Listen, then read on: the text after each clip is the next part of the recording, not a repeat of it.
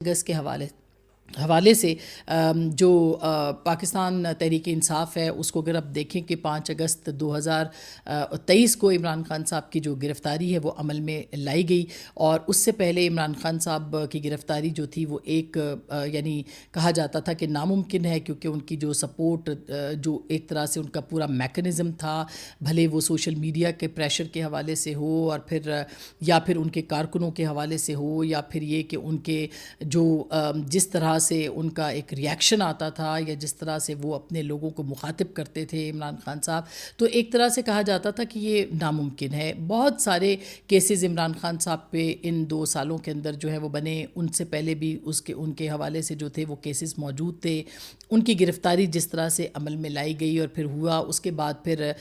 یعنی اس سے پہلے بھی ایک گرفتاری عمل میں لائی گئی تھی جو کہ 9 مئی سے پہلے کی تھی، اور پھر آپ نے دیکھا کہ 9 مئی کو جب ان کو گرفتار کیا گیا تھا تو پھر پاکستان کے اندر جو ہے وہ کس طرح سے احتجاج کیا گیا، بلکہ یہاں تک کہ وہ احتجاج جو تھا اس نے ایک اور صورت اختیار کر لی، اور وہ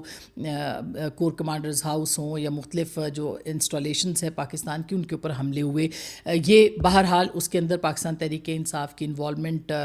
جو ہے اس کے بارے میں حکومت کہتی ہے، اور بہت ساری فوٹیجز ہمیں نظر بھی آتی ہیں، لیکن پی ٹی آئی انکار کرتی ہے کہ یہ فالس فلیگ تھا۔ گو کہ ان کے لیڈرز ان تمام جگہوں پہ موجود تھے جہاں پہ حملے ہوئے، لیکن پی ٹی آئی کہتی ہے کہ یہ ان کے خلاف ایک سازش جو ہے وہ کی گئی تھی۔ دوسری جانب ایک بیانیہ ہے کہ یہ تختہ الٹنے کی کوشش تھی، عاصم منیر صاحب کو ہٹانے کی کوشش تھی، اور فوج کے اندر کے لوگ بھی اس کے اندر ملوث تھے، اور آپ نے دیکھا کہ بہت سارے لوگوں کو پھر بعد میں فوج کے اندر جو ہے وہ بریگیڈیئر لیول کے لوگ جو تھے ان کو ان کے خلاف کارروائی بھی کی گئی۔ تو اس کا مطلب یہ ہے کہ ایک مستند یہ حقیقت تھی کہ 9 مئی کو جو کچھ ہوا اس وقت کے آرمی چیف، اور اس وقت جو کہ آرمی چیف جو ہیں عاصم منیر صاحب، ان کے خلاف ایک سازش تھی۔